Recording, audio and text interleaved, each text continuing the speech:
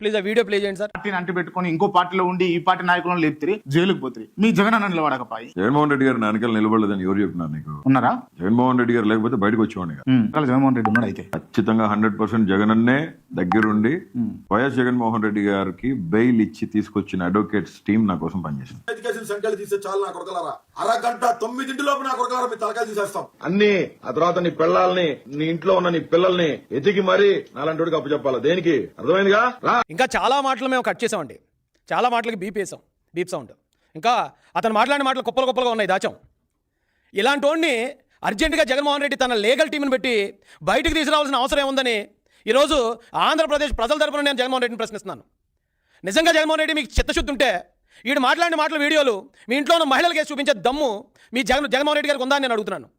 ఏమి ఈ రాష్ట్రానికి ఏం మేలు చేశాడని మీరు సాక్షాత్తు మీ లీగల్ టీంలో ఉపయోగించి ఇలాంటి క్రిమినల్ గాడిని, ఇలాంటి రౌడీ గాళ్ళని మీరు ఎందుకు బయట తీసుకొచ్చి ప్రజల్లోకి జనజీవన స్రవంతిలోకి ఎందుకు మీరు కలిపేస్తున్నారు? ఎందుకు నేరాలను మీరు ఈ రకంగా ప్రోత్సహిస్తున్నారని నేను డైరెక్ట్గా అడుగుతున్నాను. అందుకే మిమ్మల్ని ఈ జగన్మోహన్ రెడ్డి అనే వ్యక్తిని స్టార్టింగే నేను ఈ రాష్ట్రానికి ఒక గోండారాజుగా, ఈ రాష్ట్రానికి ఒక మాఫియా డాన్గా అందుకే అభివర్ణించాను.